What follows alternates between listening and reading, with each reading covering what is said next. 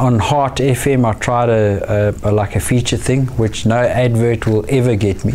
It was educational. It was a feature thing about finding the type of car for a specific scenario, and then there was a prize at the end of it. But in the process of that, people were learning about the website and whatever, which advert doesn't give you. What was great about that, there was a lot more interaction.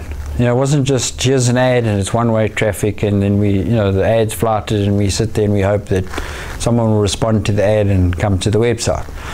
This was, we would paint a scenario. You know, we would kind of say, single mom, 2 kids, lives in Cape Town, one kid's a surfer, other kid's a, I don't know, brownie, whatever.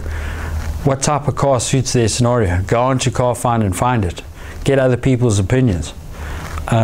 And then we had a DJ and we had a comedian working in unison on this, and there was interaction with the phone calls and the suggestions, and then they would assess all the suggestions, and then they would phone the 2 people back and say, okay, you've been shortlisted, explain why you think it's car A, and to the second person explain why it's car B, and the DJ and comedian would then decide, and that person won a prize. But it was fun, and every week was a different scenario. You know, from a executive person to like a family unit to a 4x4 type person to whatever. Yeah, there's so many. Even for a small business guy, you know, like electrician, what's the ideal vehicle for him?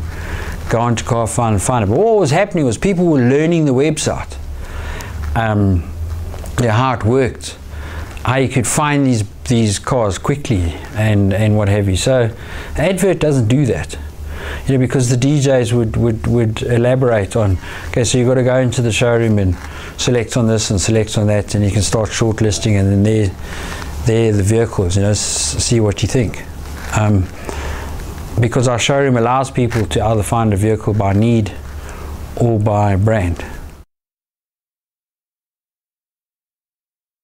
I think they should take more chances. You know, it's yeah, it's this whole thing. What do? You got a 30-second thing? Yeah, cool. Oh yeah, we got a brainwave here. You can wrap it around the news. You know, yeah, cool. But what's the point of difference? Eh? If it's not me doing the news today, it's somebody else. You know, and at the end of the day, I think the core thing about radio, it's entertainment. That's what it is. And we should fulfill that to the listeners.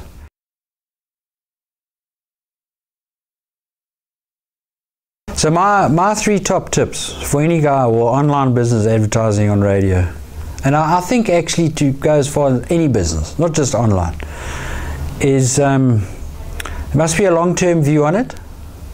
There's got to be consistency, and you must do a campaign that's going to give you a reach and frequency factor of higher than 3.